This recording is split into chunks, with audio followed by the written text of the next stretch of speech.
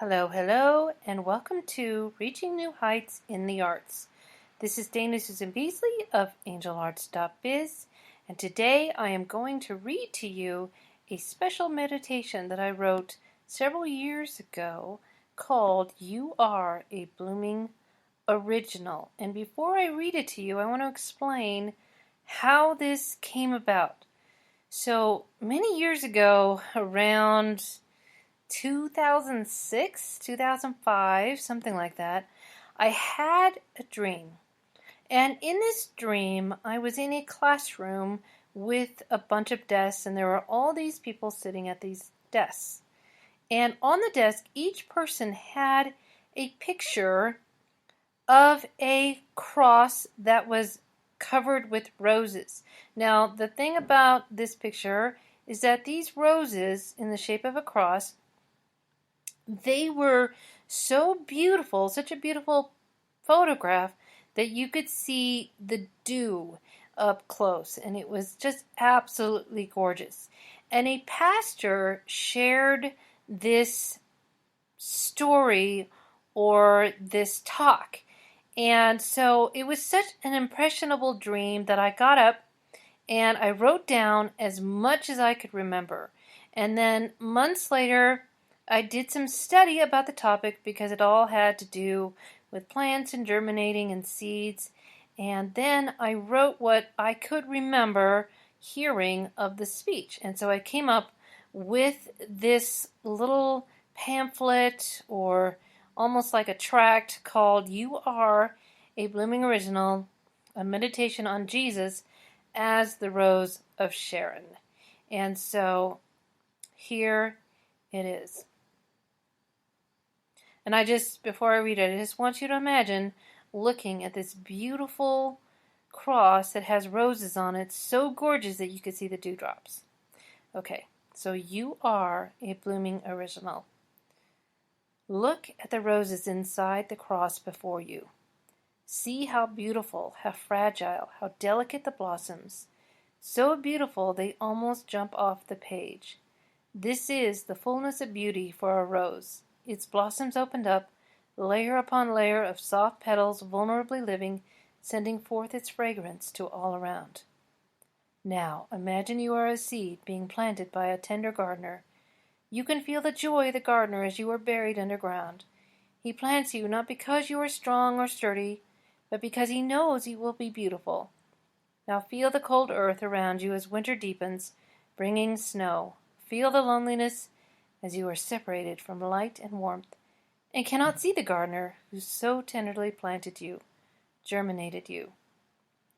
Jesus was like this seed when he died on the cross for you and was buried in a tomb, suffering separation from his Father, though completely guiltless. You have suffered separation from God also, but because of doing wrong things. It was dark and lonely without God. Jesus went through darkness and agony into the deepest parts of the earth, but he knew what the Father knew, that he would be the first seed of many, the firstborn. And he would be the firstborn of you. Because he loves you so much, he would not let you stay in this darkness, because you are precious to him. Now imagine spring, and you feel the rain quenching your thirst.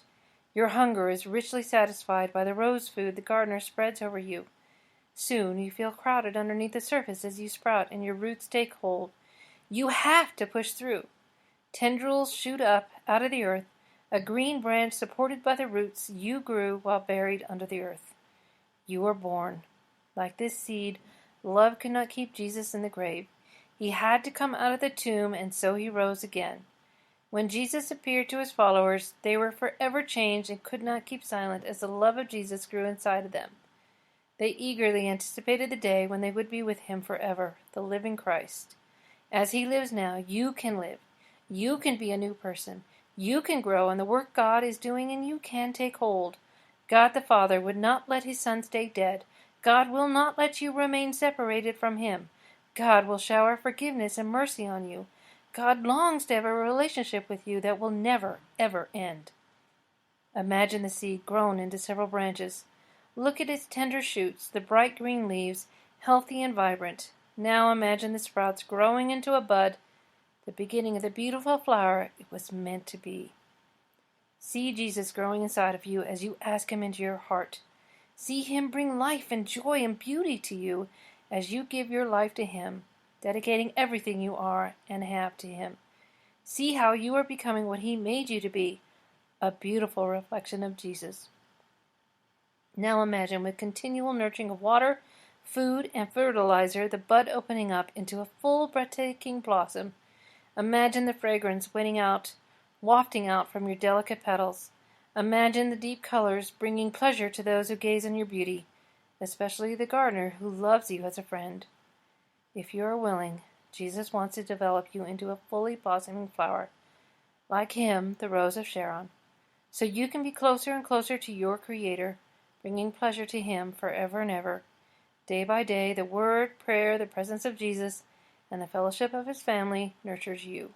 Through this process, you will blossom into the fullness that God created you to be.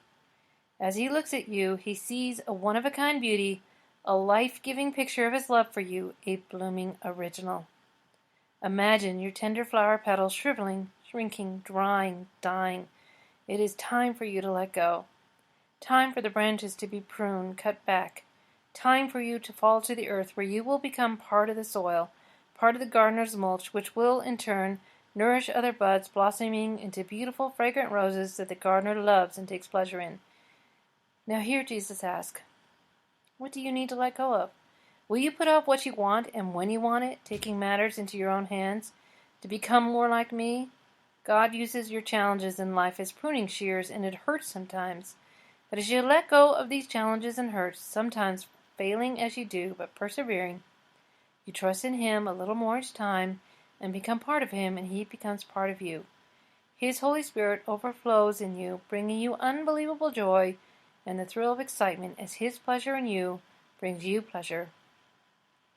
Through this process, you become one with him, you commune with him, and as you become more and more intimate with Jesus, others are attracted to his beauty inside you, and they too become a tender shoot, a potential-laden bud, and eventually blossom into a blooming original.